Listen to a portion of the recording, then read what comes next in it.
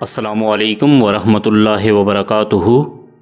کسی عالم دین کے بارے میں پڑھا تھا کہ انہوں نے ایک نوجوان کو دیکھا جو مسجد میں پہلی صف کا نمازی تھا۔ اسے یہ پیشکش کی کہ بیٹا تم میری بیٹی سے شادی کرو گے؟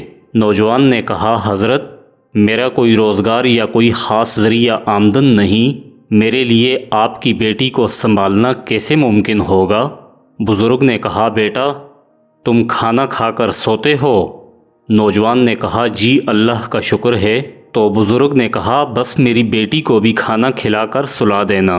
نوجوان نے کہا اتنا تو میں کر سکتا ہوں۔ بزرگ نے کہا پھر اپنے والدین سے بات کرو کہ نکاح کی تیاری کریں۔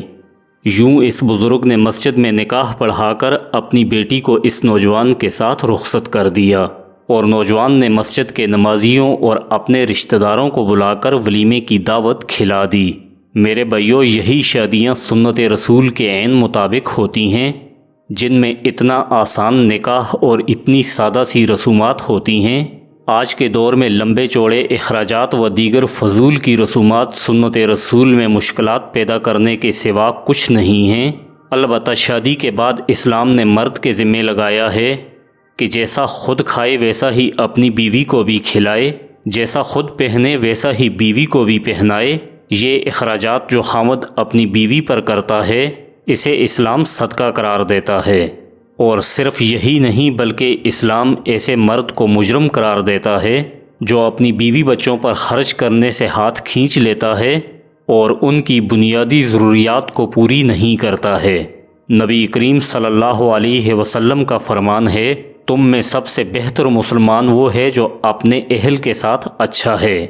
موجودہ وقت کا المیہ یہ ہے کہ نوجوان اپنی شادیوں پر اتنا خرچ کر لیتے ہیں کہ زندگی کی ساری جمع پونجی شادی کے 2-3 دن میں اڑا دیتے ہیں، اور بعض لوگ تو معاشرے میں ناک رکھنے کے لیے قرضہ بھی لے لیتے ہیں، اور پھر بیوی بچوں کو کھلانے کے بجائے بقیہ زندگی میں وہ قرضہ ہی اتارتے رہتے ہیں۔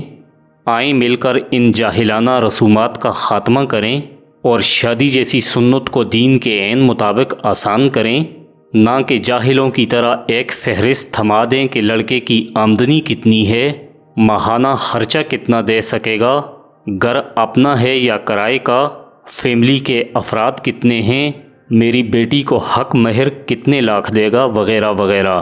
اللہ پاک ہم سب کو اپنی زندگی اور اس میں ہونے والے تمام عمل سنت رسول صلی اللہ علیہ وسلم کے بتائے ہوئے طریقوں کے عین مطابق گزارنے کی کامل توفیق عطا فرمائے۔ اگر ہمارا آج کا ٹیوٹوریل آپ کو اچھا لگا ہے تو اس ویڈیو کو لائک کر دیجئے۔ اگر چینل کو سبسکرائب نہیں کیا تو پلیز سبسکرائب کر دیں۔ والسلام۔